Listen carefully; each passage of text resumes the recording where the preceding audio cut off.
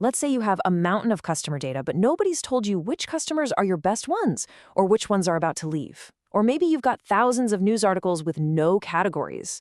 How in the world do you start to make sense of it all? Well, that is the magic of unsupervised learning.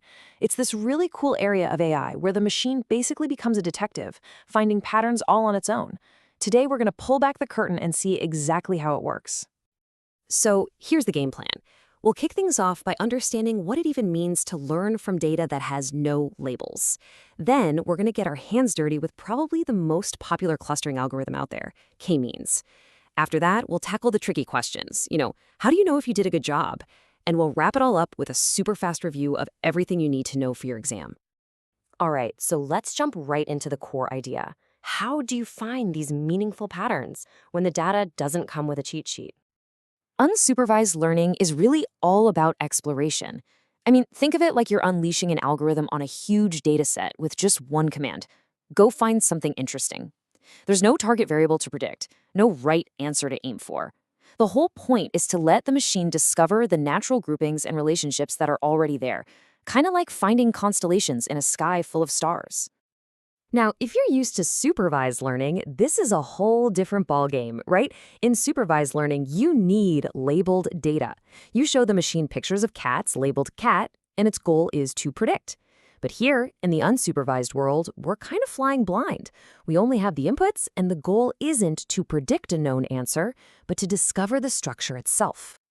And trust me, this isn't just some abstract academic concept. It is powering systems all around us. Companies use it to segment customers, which is why you get ads that actually feel relevant. Banks use it for anomaly detection to spot fraud that just doesn't look like a normal transaction. It's used to cluster news articles by topic, to compress your photos, even to analyze gene patterns in biology. It's so powerful because you don't need those pre-existing labels. So, let's zoom in on the most common type of unsupervised learning, which is clustering. This is all about the art of creating groups completely from scratch. And this visual just explains it perfectly.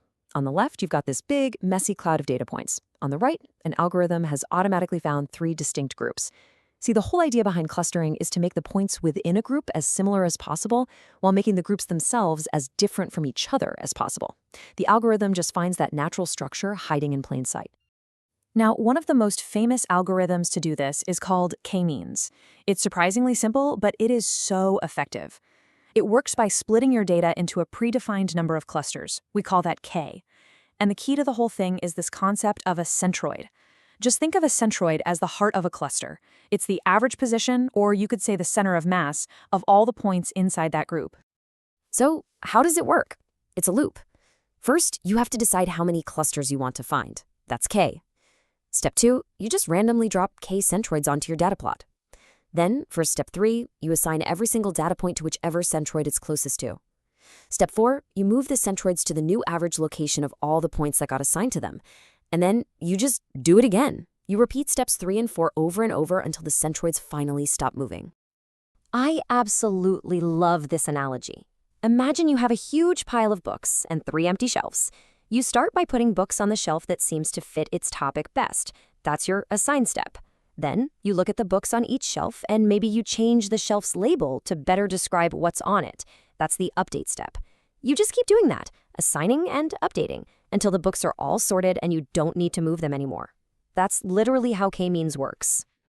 Okay, let's see this in action with a customer example. Let's pretend we're a business and we've plotted our customers based on how much they spend and how often they visit.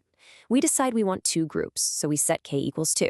To start, we just randomly pick 2 customers, A and D, and say, you're our first centroids. Then every other customer dot gets assigned to whichever of those 2 it's closer to. And you can see these first groups are a bit, well, random. And now, the update step. See that? The red and green centroids aren't on top of customers A and D anymore.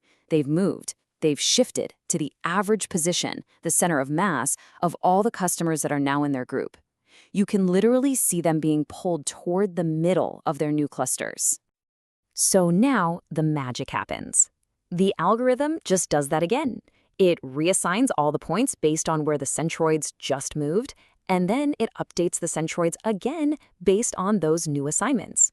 This loop keeps going, with the centroids getting closer and closer to the true center of their clusters each time. It finally stops when the assignments don't change anymore, when the centroids just settle into a stable spot. That stable state is what we call convergence, and it means our algorithm has found its final answer. But this whole process brings up a really big question. Without any labels to check our work against, how do we know if our clusters are any good? I mean, if there's no answer key, how do we grade our algorithm? So let's talk about the challenges and how we can actually evaluate the results. Honestly, this is the million-dollar question for k-means. That k-value, we have to pick it ourselves. And if we pick a k that's too small, we might be lumping totally different groups together. But if we pick a k that's too big, we might be splitting up groups that really belong together. So how do you find that perfect number? Well, a really popular trick is called the elbow method. What you do is you run k-means a bunch of times with different k-values, like from 1 to 10. For each run, you measure how tightly packed the clusters are. Then you plot it on a graph. You're looking for a sharp bend, an elbow, in the curve. You can see it right here. There's a huge drop in distance going from k equals 1 to k equals 3. But after k equals 3, the line starts to flatten out. We're getting what we call diminishing returns. That elbow, right there at k equals 3, is a pretty strong hint that it's probably the best number of clusters for this data. So k-means is fantastic. It's easy to understand, it's super fast, and it works great when your data has nice, round, blob-shaped clusters. But it definitely has its weaknesses. We just talked about having to choose k. It's also a little sensitive to where those first centroids are randomly placed, and most importantly, it really struggles with clusters that aren't spherical. And this slide just illustrates that perfectly. Look at the top graph. K-means has zero problem finding those 3 round clusters. But look at the bottom. To our eyes, those 2 crescent moon shapes are obviously 2 separate groups. But because k-means is trying to find a round center, it just breaks. It chops each moon in half and then incorrectly combines the pieces. This is a classic example of where k-means completely fails. So besides just looking at an elbow plot, how can we actually put a number on how good our clusters are? The silhouette coefficient is a great metric for this. For every single data point, it basically asks 2 questions. 1, how close are you to the other points in your own cluster? We call that cohesion. And 2, how far away are you from the points in the next nearest cluster? That's separation. The final score goes from -1 to +1. And a score close to +1 is awesome. It means your clusters are dense and really well separated. Another key metric is the Davies-Bouldin Index, or DBI. This one's a little different. It looks at each cluster and compares it to its most similar neighbor. A lower DBI score is better. Yeah, that's the key thing to remember here. Unlike the silhouette score, for DBI, you want a low number. A low score means your clusters are tight and far apart from each other, which is exactly what we want. Okay, we have covered a ton of ground. Let's pull everything together with a quick review of the key concepts you'll absolutely want to have locked in. All right, let's do a rapid-fire round. Unsupervised learning, that's finding patterns in unlabeled data. Clustering, it's the process of grouping similar data together. K-means is the algorithm that uses centroids to do it. A centroid is just the average position, or the center, of a cluster. K-means uses Euclidean distance, that's just the straight line distance, to figure out what's closest. To pick the best K, you can use the elbow method. And don't forget its limitations. It loves round clusters but hates weird shapes.